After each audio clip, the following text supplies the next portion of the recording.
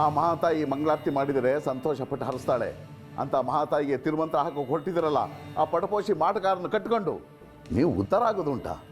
ಯಾರು ಅಂತ ತಿಳ್ಕೊಂಡಿದ್ರ ಕಾಲರುದ್ರ ಕಕ್ಕಿನ? ಜೀವನ ಪರ್ಯಂತ ಸಿದ್ಧಿ ಸಾಧನೆಗಳನ್ನು ಮಾಡಿದ್ದಾನೆ, ಅದಕ್ಕೋಸ್ಕರ ತನ್ನ ಜೀವನನೇ ಮುಡಿಪಾಗಿಟ್ಟಿದ್ದಾನೆ. ಆದ್ರೇನಾಯ್ತು, ಎಲ್ಲ ಕಳ್ಕೊಂಡಿದ್ದಾನಲ್ಲ. ಅಮ್ಮನವ್ರ ಮುಂದೆ ಎಲ್ಲವೂ ಮಣ್ಣು. ಅವಳು ಒಲ್ಲಿದ್ರೆ ಜನ್ಮ ಜನ್ಮಾಂತರಕ್ಕೂ ಜೊತೆಯಲ್ಲೇ ಇರ್ತಾಳೆ, ಸದ್ಗತಿ ಸಿಗುತ್ತೆ.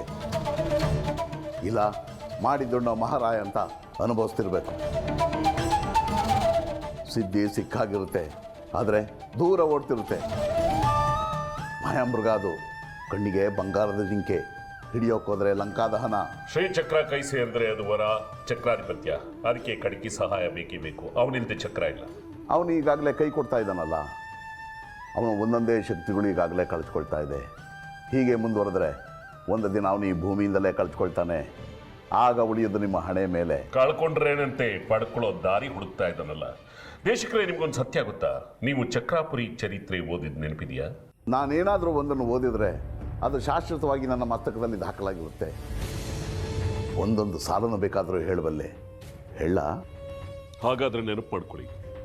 ಶ್ರೀಚಕ್ರವನ್ನು ಪಡ್ಕೊಳ್ಳೋದಕ್ಕೆ ಸಿದ್ದೇಶ್ವರ ಅಂತ ಒಬ್ಬ ಮಾಂತ್ರಿಕ ಪ್ರಯತ್ನ ಪಟ್ಟಿದ್ದ.